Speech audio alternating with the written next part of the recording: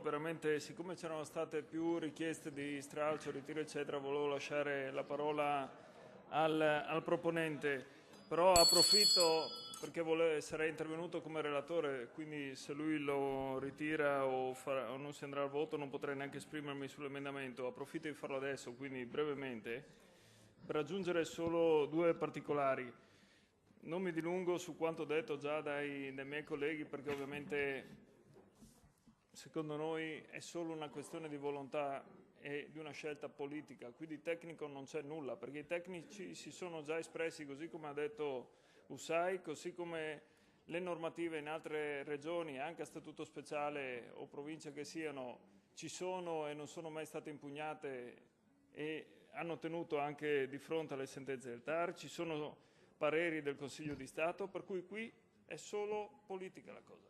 Io sono intervenuto perché ovviamente giustamente il Presidente Paviotti dice noi siamo abituati a parlare per dietro, lui ha ragione, non si dovrebbe interrompere gli interventi, ma se ce li tira fuori proprio dalla gola dobbiamo parlare, perché non è possibile. Io a questo punto chiedo, me lo spiegherà magari alla prossima interruzione quando ci sarà la capigruppo, al Presidente Paviotti, con quale indicazione di tecnici ha votato l'articolo 1 di questa DDL. Se me lo spiega, se mi dice con quale indicazione di un tecnico è riuscito a votare tranquillamente, con quale parere di qualsiasi tecnico è riuscito a votare l'articolo 1 di questa legge, che se me lo trova gli stringo io la mano.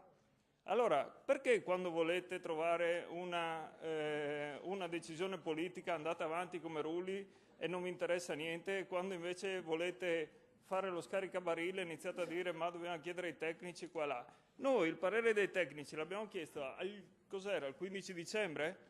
Abbiamo fatto un ordine del giorno chiedendo ai tecnici, che in questo caso dovrebbe essere la più alta autorità che dovrebbe darci un aiuto, che è l'avvocatura della regione.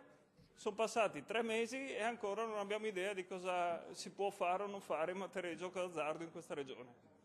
Allora, io non lo so perché questo parere è mancato, se qualcuno non gli ha trasmesso l'ordine del giorno, se stanno studiando tutta la Costituzione italiana dall'inizio alla fine, sinceramente non lo so. In 3 mesi penso che neanche le sentenze dei tribunali si riescono a dare in 3 mesi. Dai.